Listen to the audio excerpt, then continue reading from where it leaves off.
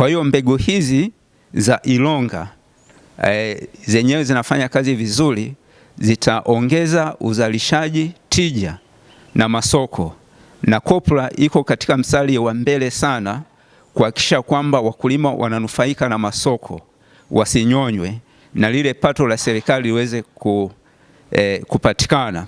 Lakini tumekuwa tushirikiana kwa ukaribu sana, Mheshimiwa Katibu Tawala wa mkoa pamoja na kiongozi wetu hapa, mkuu wa uchumi na uzalishaji na mrajisi, katika kuimarisha kilimo na vyama vya ushirika.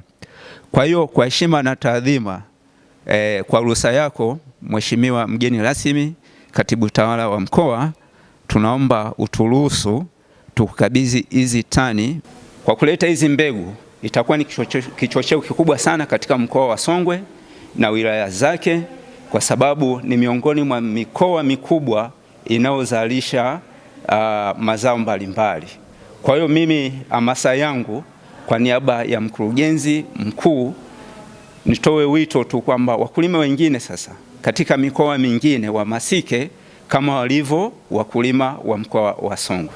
Tanzania chini ya uongozi wa Daktari Samia Suluhu Hassan kwa kutupatia mbegu hizi za mbaazi ambazo ni tani 2.9 ambazo zinakwenda kutumika katika mkoa wetu wa Songwe, hususan katika wilaya yetu ya Songwe.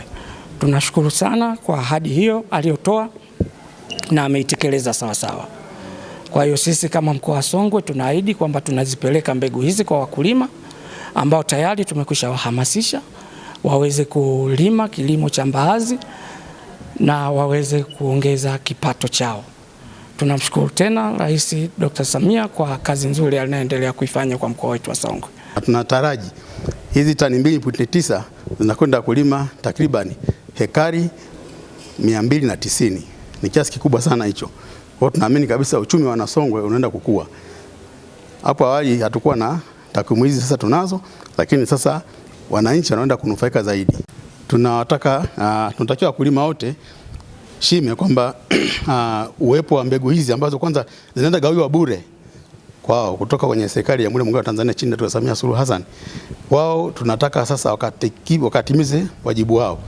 Kila mdau hapa na wajibu wake. Kwa hiyo mkulima, yeye kama mkulima, tunaomba sana waende wakatendee haki mbegu hizi. Walime wafuate taratibu za kitaalamu, wapate ushauri kwa wataalamu ili wazalishe kwa tija zaidi na hatimaye zao hili sasa liweze